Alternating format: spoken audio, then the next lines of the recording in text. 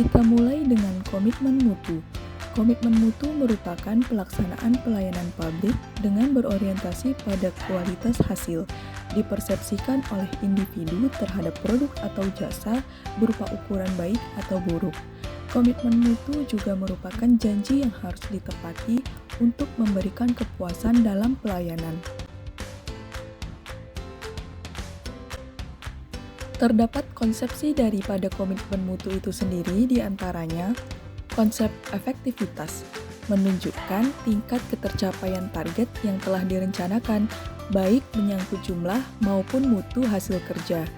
Yang kedua, konsep efisiensi, yaitu tingkat ketepatan realisasi penggunaan sumber daya dan bagaimana pekerjaan dilaksanakan.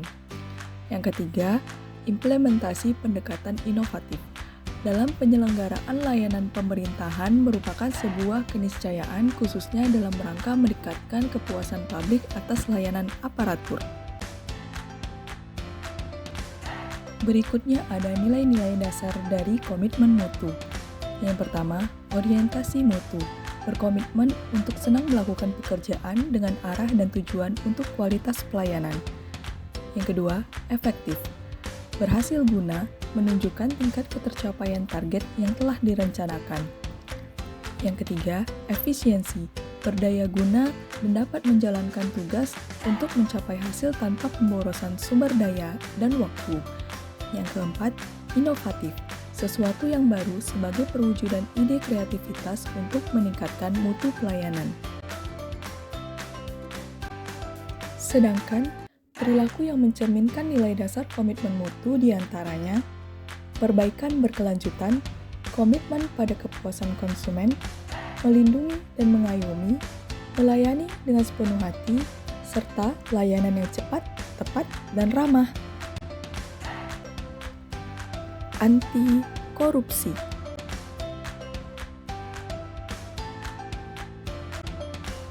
Menurut Undang-Undang Nomor 31 Tahun 1999, korupsi didefinisikan sebagai melawan tindakan hukum dengan melakukan perbuatan memperkaya diri sendiri atau orang lain atau suatu korporasi yang dapat merugikan keuangan negara atau perekonomian negara. Jenis-jenis korupsi. Korupsi dapat dibagi menjadi beberapa kategori yang berbeda, yaitu pertama, kerugian keuangan negara. Yang kedua, suap-menyuap dan penerimaan gratifikasi. Yang ketiga, penggelapan dalam jabatan. Yang keempat, pemerasan dan perbuatan curang. Yang kelima, benturan kepentingan dalam pengadaan. Pencegahan korupsi. Dalam perilaku mencegah tindak korupsi, ada beberapa hal yang bisa kita lakukan, yaitu perbaikan sistem dan perbaikan manusia. Perbaikan sistem diantaranya peraturan perundangan, reformasi birokrasi, menegakkan etika profesi dan tata tertib lembaga, serta penerapan prinsip good governance.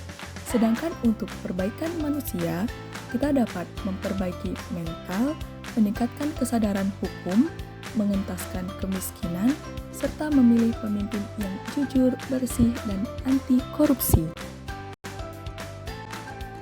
Sebagai ASN muda, kita dapat menerapkan perilaku sadar anti korupsi melalui niat, semangat, dan komitmen anti korupsi.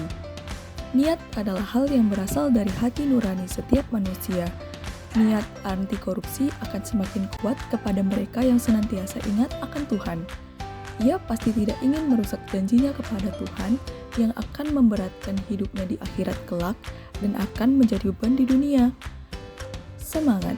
Korupsi adalah kejahatan yang luar biasa.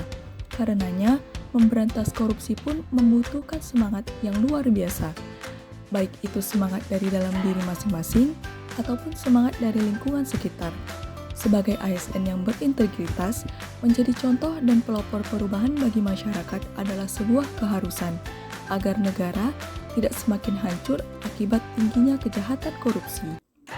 Komitmen berawal dari niat dan semangat yang kuat untuk tidak melakukan korupsi, maka seiring berjalannya waktu akan menjadi sebuah komitmen yang kuat untuk benar-benar menghindari korupsi.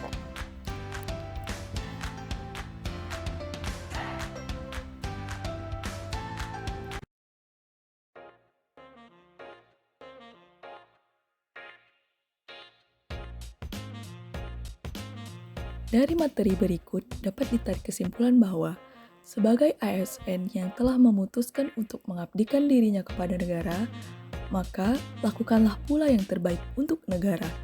Jadilah pelayan publik yang berkualitas dengan memberikan pelayanan yang baik sesuai dengan ketentuan yang telah diatur, serta janganlah jadi pengkhianat untuk negara dan masyarakat melalui tindak korupsi, karena harta bukanlah segalanya.